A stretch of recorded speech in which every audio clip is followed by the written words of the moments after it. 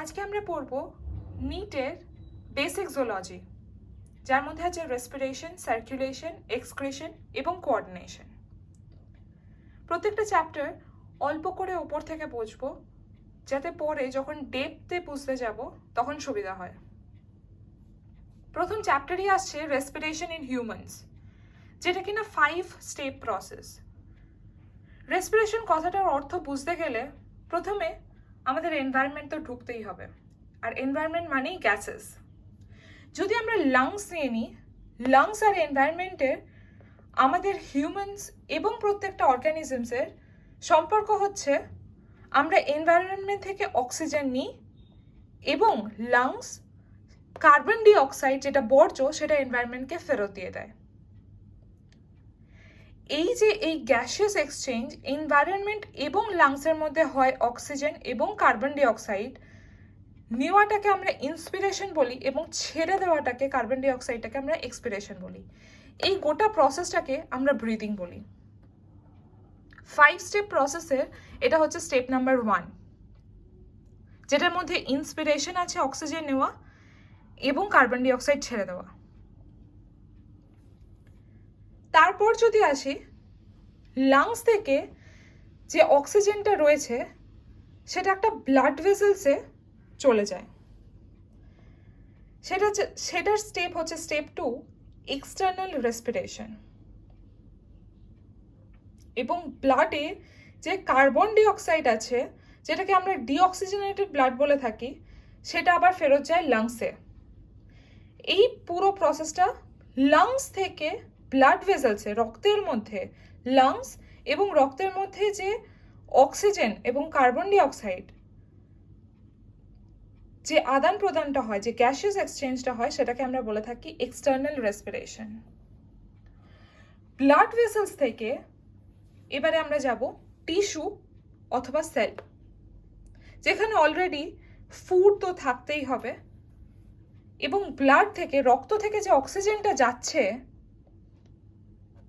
ফুডকে oxidation করার জন্য, খাবার অক্সিডেশন যে হচ্ছে প্রসেসটা, সেটা থেকে আমরা কি পাচ্ছি? কার্বন ডাই অক্সাইড পাচ্ছি, ওয়াটার পাচ্ছি H2O এবং এনার্জি। এনার্জি ভীষণ রকম প্রয়োজন প্রত্যেকটা টিস্যু এবং সেলের কাজ করার জন্য। তাদের বিভিন্ন বিভিন্ন কাজ অ্যাসাইন করা হয়, যেটাকে আমরা মেটাবলিক অ্যাক্টিভিটি বলে থাকি। প্রত্যেকটা সেল এবং টিস্যুর আলাদা কাজ হয়ে থাকে এবং সেই সমস্ত কাজ করার জন্য তাদের এনার্জির প্রয়োজন। সেই এনার্জিটা আসে রক্ত থেকে আসা অক্সিজেন, যেটা ফুডকে, সেখানে থাকা বাক্কাল ক্যাভিটি থেকে যে আমরা খাবার গিলি, যে খাবারটা সেলে যায়, সেই সেলের ফুডকে অক্সিডেশন করে। এই যে হার্মফুল কার্বন ডাই অক্সাইড, যেটা ক্ষতিকারক, ফুড অক্সিডেশনের তৈরির সময় যে কার্বন ডাই অক্সাইডটা আসছে রেজাল্টেন্ট হিসেবে, সেটা যে আবার রক্তে ফেরত যাচ্ছে, সেটা হচ্ছে step 3, transport of gases by blood. রক্তের দ্বারা গ্যাস আদান প্রদান হচ্ছে। তাহলে এখানে অক্সিজেন আসছে সেল টিস্যুতে এবং ফুড অক্সিডেশনের পর কার্বন ডাই অক্সাইড আবার রক্তে চলে যাচ্ছে। এই যে পুরো প্রসেসটা, এটাকে বলা হয় স্টেপ 4, ইন্টারনাল রেসপিরেশন। এবং সেই কার্বন ডাই অক্সাইড যেটা ফুড অক্সিডেশনের পর রক্তে ঢুকছে, সেটা আবার লাংসে যায় এবং লাংসে এক্সপিরেশনের থ্রু দিয়ে, নিঃশ্বাস প্রশ্বাসের থ্রু দিয়ে আমরা আবার এনভায়রনমেন্টকে সেই বর্জ্য কার্বন ডাই অক্সাইডটা ফেরত দিয়ে দিই। খাবার যখন অক্সিজেনের সাথে মিশে ফুড অক্সিডেশন হচ্ছে, সেটাকে আমরা স্টেপ 5, সেলুলার রেসপিরেশন বলে থাকি। কারণ এই রেসপিরেশনটা একটা সেলের মধ্যে হচ্ছে, সেই সেলের অ্যাক্টিভিটি করার জন্য যে ফুড এবং অক্সিজেন মিলিত হচ্ছে, সেটাকে আমরা সেলুলার রেসপিরেশন বলে থাকি। সেটা হচ্ছে স্টেপ 5, যেটা যখন আমরা চ্যাপ্টারটা পড়বো তখন আরও ডিটেলসে পড়বো।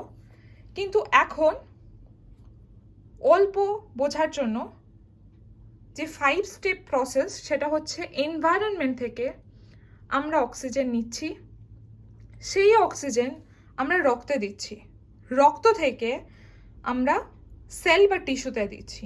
সেল টিস্যু খাবারের সাথে মিশে যে বর্জ্য কার্বন ডাই অক্সাইডটা তৈরি করছে সেটা আবার রক্তে পাঠিয়ে দিচ্ছে এবং রক্ত থেকে লাংসে যাচ্ছে এবং লাংস আবার এক্সপিরেশনের থ্রু দিয়ে, নিঃশ্বাস প্রশ্বাসের থ্রু দিয়ে এনভায়রনমেন্টকে সেই CO2টা ফেরত পাঠিয়ে দিচ্ছে।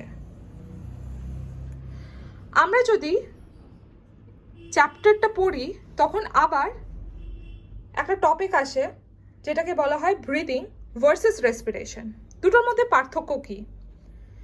ব্রিদিং হচ্ছে গ্যাসিয়াস এক্সচেঞ্জ লাংস এবং এনভায়রনমেন্টের যে গ্যাসিয়াস এক্সচেঞ্জটা হচ্ছে অক্সিজেন এবং কার্বন ডাই অক্সাইড যে নিঃশ্বাস প্রশ্বাস ইন্সপিরেশন এন্ড এক্সপিরেশন, শুধু সেটুকুকেই আমরা ব্রিদিং বলছি। কিন্তু রেসপিরেশন প্রত্যেকটা জীবিত অর্গ্যানিজম তাদের প্রয়োজন হচ্ছে এনার্জি, এবং এনার্জি কোথা থেকে আসে? ফুড অক্সিডেশনের থ্রু দিয়ে। এখানে যে ফুড অক্সিডেশন হচ্ছে সেটার থ্রু দিয়ে এনার্জি আসে, এবং প্রত্যেকটা অর্গ্যানিজমের, প্রত্যেকটা লিভিং অর্গ্যানিজমের এই এনার্জিটা প্রয়োজন। সেই জন্য প্রত্যেকটা লিভিং অর্গ্যানিজমের রেসপিরেশন প্রয়োজন। এটা 5 স্টেপ প্রসেস, এবং শুধুমাত্র লাংস এবং এনভায়রনমেন্টের যে gaseous exchange of oxygen and carbon ডাই অক্সাইড সেটাকে ব্রিদিং বলা হয়। আর এটা 5 স্টেপ প্রসেস, যেটা যখন আমরা চ্যাপ্টারটা পড়বো আরো ভালো করে বুঝতে পারবো। এই চ্যাপ্টারে আমাদের যেহেতু রেসপিরেশন ইন হিউম্যানস, আমাদের লাংস নিয়ে পড়তেই হবে। প্রথমেই আসি ল্যারিংস। ল্যারিংসের নিচে আসে ট্র্যাকিয়া। ট্র্যাকিয়া হচ্ছে স্ট্রেট টিউব, যেটা কিনা 10 থেকে 12 সেন্টিমিটারের হয়। আর ল্যারিংসকে, এটাকে আমরা বলি সাউন্ড বক্স। ট্র্যাকিয়া দুটো ব্রাঞ্চে ডিভাইড হয়ে আছে। সেটাকে বলে থাকি, এইটাকে বলে থাকি রাইট প্রাইমারি ব্রঙ্কাই, এবং এই ধারে যেটা হচ্ছে লেফট প্রাইমারি ব্রঙ্কাই। ডিভাইড কোথায় হচ্ছে? লেফট লাংস এবং রাইট লাংসে। এই প্রাইমারি ব্রঙ্কাইগুলো আবার ফার্দার ছোট ছোট ছোট ছোট ব্রাঞ্চে ডিভাইড হচ্ছে, যেটাগুলোকে আমরা বলে থাকি, এই যে ছোট ছোট ডিভিশন অফ ব্রাঞ্চেস, যে ছোট ছোট ব্রাঞ্চে বিভক্ত হয়ে যাচ্ছে, এগুলোকে আমরা বলে থাকি ব্রঙ্কিওলস। ব্রঙ্কিওলসের নিচে আঙুর গুচ্ছর মতন থাকে হচ্ছে অ্যালভিওলাই। এই অ্যালভিওলাইগুলো 300 মিলিয়ন্স নাম্বারে থাকে, আর এগুলোই হচ্ছে স্ট্রাকচারাল এবং ফাংশনাল ইউনিট অফ লাংস। লাংসের সমস্ত কাজ এই অ্যালভিওলাইগুলো করে। যেমন কি কাজ? লাংসের যে সারফেস এরিয়াটা, এটাকে বাড়িয়ে দেয়। যেই লাংসের সারফেস এরিয়া বেড়ে যায়, তখনই রক্ত এবং লাংসের, ব্লাড এবং লাংসের যে গ্যাসিয়াস এক্সচেঞ্জটা হয় সেটাও ইনক্রিজ করে যায়, সেটাও বেড়ে যায়। আর গ্যাসিয়াস এক্সচেঞ্জ বেড়ে যাওয়া মানে, এই লাংসের সারফেস এরিয়া বেড়ে যাওয়া মানে গ্যাসিয়াস এক্সচেঞ্জ রক্তের সাথে লাংসের বেড়ে যাওয়া, আর সেটা বেড়ে যাওয়া মানেই আরও বেশি অক্সিজেন শরীরে। আরেকটা টপিক থাকে, এটাকে বলি এই ল্যারিংসের যে ওপেনিং, যে মুখটা আছে, সেটা ঢাকা থাকে গ্লটিস দিয়ে, এবং গ্লটিসের ওপরে থাকে এপিগ্লটিস। এটা ভীষণ ফ্লেক্সিবল হয় এবং ফ্ল্যাপ লাইক হয়। যখন সাধারণত আমরা খাই তখন গ্লটিসটাকে বন্ধ করে দেয়, এটা ঢাকা থাকে, এবং ফুড পার্টিকলসটা ভেতরে ঢুকতে পারে না। কিন্তু যদি আমরা কথা বলি তখন সাধারণত এই ফ্লেক্সিবল ফ্ল্যাপ লাইক এপিগ্লটিসটা মুভ করে, আপ অ্যান্ড ডাউন হয়। তখন ফুড পার্টিকলসটা বাক্কাল ক্যাভিটি দিয়ে গেলার পর এখানে এসে আটকে যেতে পারে, এবং ঠিক তখনই আমাদের কাশি শুরু হয়। সেই জন্য এটা রেকমেন্ড করা হয় যাতে কথা বলা না হয় খাওয়ার সময়। বাকি টপিকটা ডিটেলসে ডেপথে রেসপিরেশন ইন হিউম্যানস যখন পড়ব, বাংলায় আরও ভালো করে বুঝে প্রত্যেকটা লাইন পড়ব। Thank you.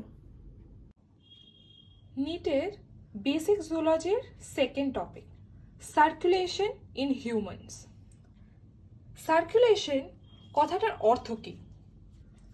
সার্কুলেশন কথাটার অর্থ হলো কোনো একটা পয়েন্ট থেকে কিছু শুরু করে বিভিন্ন জায়গায় গিয়ে আবার সেই পয়েন্টে ফেরত আসা, সেটাকে বলা হয় সার্কুলেশন। সার্কুলেশন কার হয়, প্রশ্ন যদি করা হয় সার্কুলেশন কার হচ্ছে, ব্লাডের। সার্কুলেটরি ফ্লুইডস যেটা কিনা মেনলি ব্লাড এবং লিম্ফো, বাট সব থেকে বেশি কাজ হয় ব্লাডের। তাহলে এখানে একটা জায়গা থেকে আবার আরেক অন্য বহু জায়গা ঘুরে আবার সেই জায়গায় ফেরত আসার কাজ কে করছে, ব্লাড। এবং ব্লাডটা এই যে একটা জায়গায় শুরু করে বিভিন্ন জায়গা ঘুরে আর একটা জায়গায় আসছে, সেটা কার দ্বারা করছে, সেটা হচ্ছে হার্ট। তাহলে হার্ট কি করছে, প্রথমে ব্লাডটাকে পাম্প করছে, তারপরে বিভিন্ন অংশে এবং অর্গানে শরীরে পাঠাচ্ছে সেই রক্তটাকে। ব্লাড পাম্প করার পর বিভিন্ন অংশে এবং অর্গানে শরীরে ব্লাড যাওয়ার পর সেটা আবার ফেরত আসছে হার্টে। তাহলে এটা কমপ্লিট সার্কুলেশন হচ্ছে, এটাকে আমরা সার্কুলেশন বলে থাকি। কিন্তু what is the need to circulate body fluids? এই যে মেনলি যেটা বডি ফ্লুইডস হয়ে থাকে ব্লাড এবং লিম্ফ, কিন্তু এই রক্তটার সার্কুলেশন করার শরীরের বিভিন্ন অংশ জায়গায় গিয়ে আবার ফেরত আসার প্রয়োজনটা কি পড়ছে?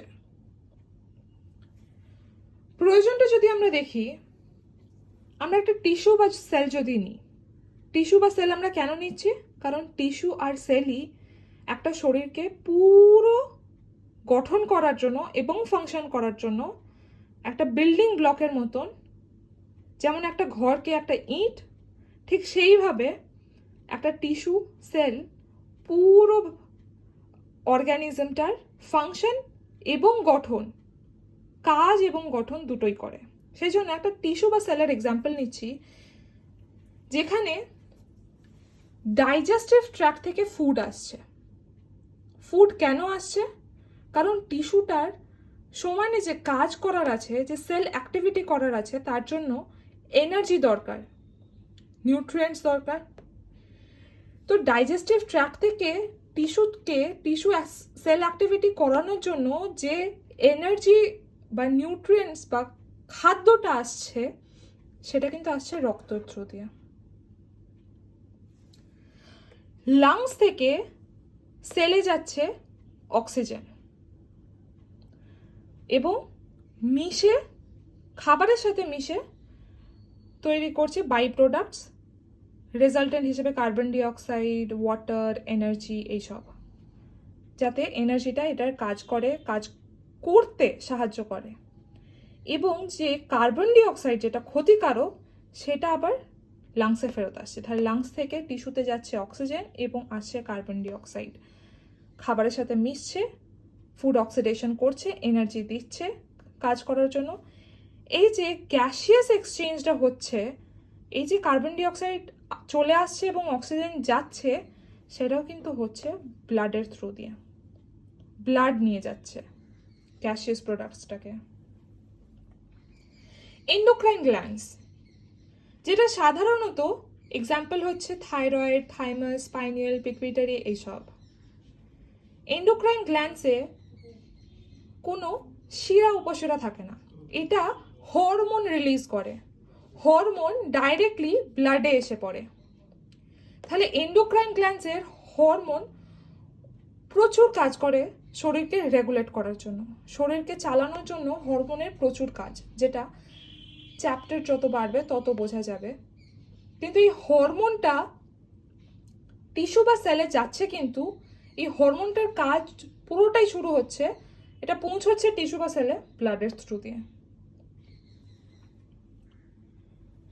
এবার টিস্যু বা সেলের যে মেটাবলিক অ্যাক্টিভিটি, যে কাজগুলো হয়ে যাওয়ার পর যে বর্জ্য পদার্থ আছে, যে এক্সক্রিটরি, যে ওয়েস্ট সাবস্টেন্স, যে বর্জ্য পদার্থগুলো, সেইগুলো কিডনিতে যাচ্ছে যাতে সেটা এক্সক্রিট আউট হয়ে যায়, রিমুভ হয়ে যায়, বেরিয়ে যায়।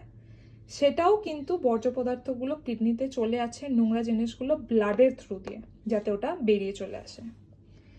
এই পুরো কাজের পুরো জিনিসটা দেখতে গেলে ব্লাডই সব কিছু করছে। ব্লাডের পাম্পিং স্টেশন হচ্ছে হার্ট। হার্টকে আমরা পাম্পিং স্টেশন কেন বলছি? হার্টকে অ্যাসাইন করা হয়েছে যে হার্ট এতটা প্রেসারে পাম্প করবে ব্লাডকে যে শরীরের প্রত্যেকটা সেলে যেন ব্লাড পৌঁছে যায়। যদি একটাও সেল কমপ্লেন করে যে ব্লাড পৌঁছয়নি, তার মানে হার্ট ফেল করলো তার কাজ করা থেকে। সেটাকেই আমরা বলে থাকি হার্ট ফেলিয়ার। কিন্তু heart failure is not equals to death. Heart failure মানেই মৃত্যু নয়, সেটা চ্যাপ্টারের ডেপথে পড়লে বোঝা যাবে। হার্টটাকে যদি আমরা একটু পড়ি, স্ট্রাকচারটাকে, আপার পার্টটাকে বলা হচ্ছে অ্যাট্রিয়া, লোয়ার পার্টটাকে বলা হচ্ছে ভেন্ট্রিকল। অ্যাট্রিয়া এবং ভেন্ট্রিকলকে যে পার্টিশনটা, সেটাকে বলা হচ্ছে অ্যাট্রিওভেন্ট্রিকিউলার সেপ্টাম, এভি সেপ্টাম। অ্যাট্রিওভেন্ট্রিকিউলার সেপ্টাম, যেটা ভেন্ট্রিকল থেকে, লোয়ার ভেন্ট্রিকল থেকে আপার অ্যাট্রিয়াকে ডিভাইড করছে। অ্যাট্রিয়া নিজেকে লেফট অ্যাট্রিয়া এবং রাইট অ্যাট্রিয়াকে যে পার্টিশনটা ডিভাইড করছে সেটা হচ্ছে দুটো অ্যাট্রিয়া, লেফট এবং রাইট, ইন্টার অ্যাট্রিয়াল সেপ্টাম এটাকে বলা হচ্ছে। যেটা পার্টিশনটা ডিভাইড করছে সেটাকে বলা হচ্ছে, বিভক্ত করছে, সেটাকে বলা হচ্ছে ইন্টার অ্যাট্রিয়াল সেপ্টাম। ভেন্ট্রিকলকে, নিচে দুটো ভেন্ট্রিকলকে যেটা ডিভাইড করছে, আলাদা করছে লেফট এবং রাইটে, সেটাকে আমরা বলছি ইন্টারভেন্ট্রিকুলার সেপ্টাম।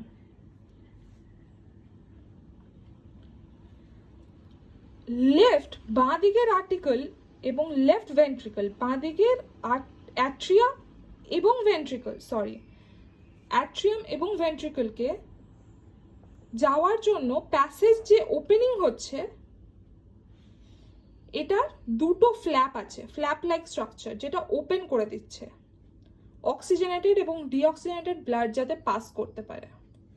যেহেতু দুটো ফ্ল্যাপ আছে সেই জন্য আমরা বলি বাইকাসপেড ভালভ। তাহলে এটা লেফট অ্যাট্রিয়া এবং ভেন্ট্রিকলকে ডিভাইড করছে। বাইকাসপেড ভালভকে আমরা মিট্রাল ভালভও বলি। এবার ডান দিকের অ্যাট্রিয়া এবং ভেন্ট্রিকলকে ওপেনিং যেটা করছে, যেখানে অক্সিজেন ডিঅক্সিজেনেটেড ব্লাড যাতায়াত করবে, পরিষ্কার এবং অপরিষ্কার রক্ত যেটা যাতায়াত করবে, সেখানে তিনটে ফ্ল্যাপ লাইক স্ট্রাকচার রয়েছে ডান দিকেরটায়, সেই জন্য আমরা বলছি ট্রাইকাসপেড ভালভ।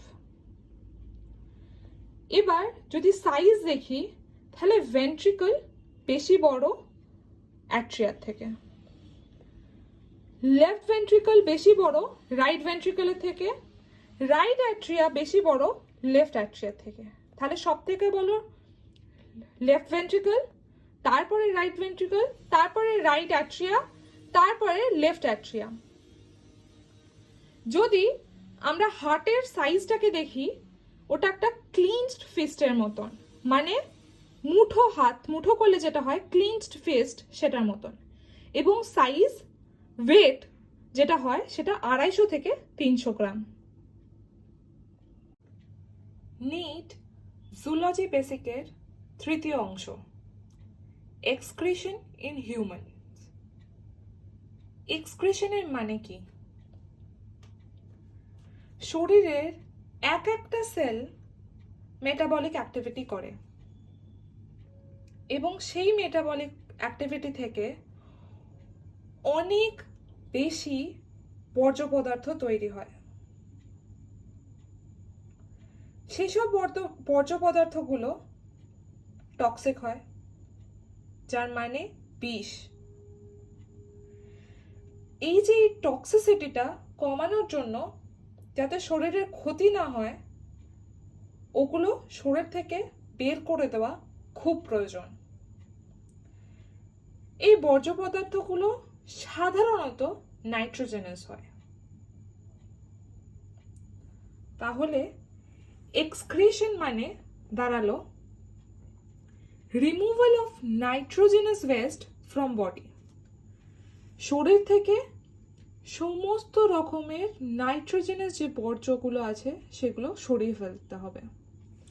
সেই সব সরিয়ে ফেলাকে, নাইট্রোজেনাস ওয়েস্ট 3 রকমের হয়: অ্যামোনিয়া, ইউরিয়া, ইউরিক অ্যাসিড। এই প্রশ্নটা বারবার নিতে এসছে, সব থেকে বিষাক্ত নাইট্রোজেনাস ওয়েস্ট বর্জ্য পদার্থ কোনটা? সব থেকে বিষাক্ত হচ্ছে অ্যামোনিয়া, এবং সব থেকে কম বিষ হচ্ছে ইউরিক অ্যাসিডে। যেই সব প্রাণীগুলো, যেমন কিনা পাখি, রেপটাইলস, টিকটিকি, এইসব যারা ইউরিক অ্যাসিড, যাদের এক্সক্রিটরি প্রোডাক্ট, তাদেরকে বলা হয় ইউরিকোটেলিক অ্যানিমাল। ইউরিকোটেলিক, কারণ ওরা ইউরিক অ্যাসিড বের করে।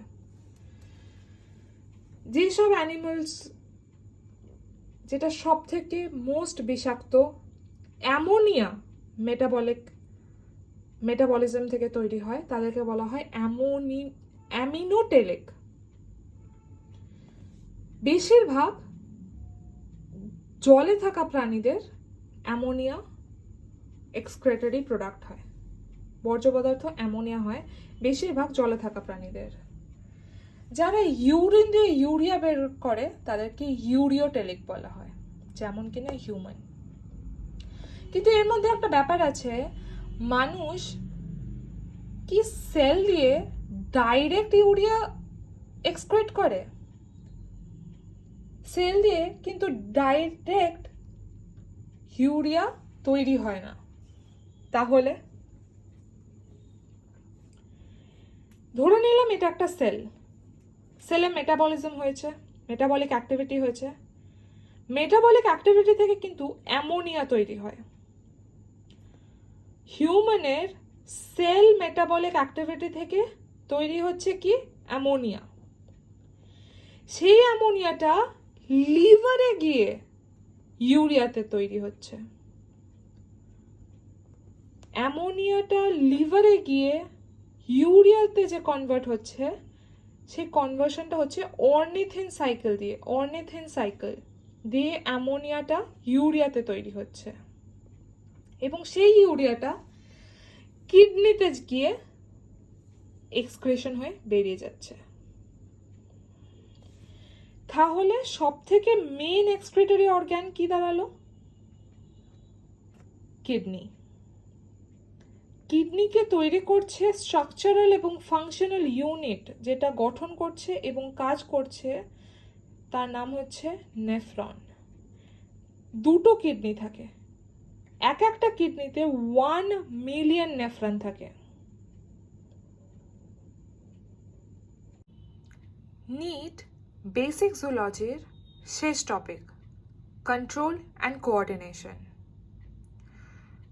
কন্ট্রোল মানে রেগুলেট করা, কোঅর্ডিনেশন মানে যখন অনেকগুলো কাজ একে অপরের ওপর নির্ভরশীল হয়ে পুরো কাজটাকে একটা রেজাল্ট দেওয়া।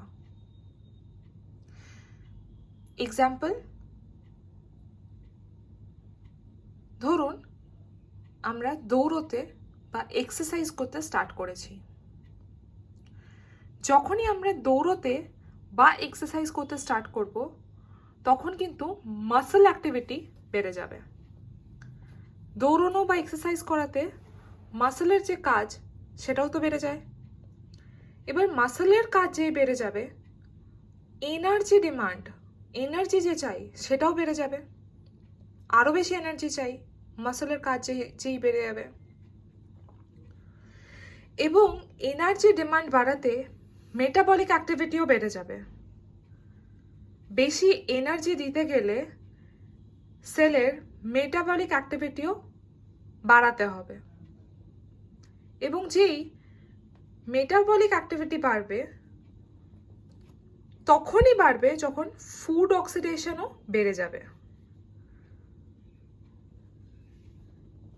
অক্সিজেন বাড়া মানে ব্রিদিং রেট বাড়া, যেটা কিনা শ্বাস প্রশ্বাস বাড়া, ব্লাড সার্কুলেশন বাড়া, মানে রক্ত চলাচল বাড়া, এবং হার্টবিট রেট, বুক ধড়ফড়ানি, সেটাও বেড়ে যাবে। ফুড অক্সিডেশন যে বেড়ে যাবে, সেই excretory production of excretory material, যেটা কিনা বর্জ্য পদার্থর প্রোডাকশন। ফুড অক্সিডেশন বাড়ছে, ফুড তৈরি বাড়ছে, তো বর্জ্য পদার্থরও প্রোডাকশন বেড়ে যাবে, আরও বেশি তৈরি হবে, এবং কিডনিতে লোডও বেড়ে যাবে। তো আমরা যদি পুরো প্রসেসটা দেখি, তাহলে যদি আমরা দৌড়তে বা এক্সারসাইজ করতে স্টার্ট করি, মাসল অ্যাক্টিভিটি বাড়ছে। মাসল অ্যাক্টিভিটি বাড়ানোর জন্য এনার্জি চাই, যেই মাসল অ্যাক্টিভিটি বাড়ছে এনার্জি ডিমান্ড চাই, এবং এনার্জি ডিমান্ডকে সাপ্লাই দেওয়ার জন্য মেটাবলিক অ্যাক্টিভিটিও বাড়াতে হবে সেলকে। এবং মেটাবলিক অ্যাক্টিভিটি তখন বাড়বে যখন অক্সিডেশন অফ ফুডও বাড়বে, বেশি ফুড সিনথেসিস হবে, তৈরি হবে,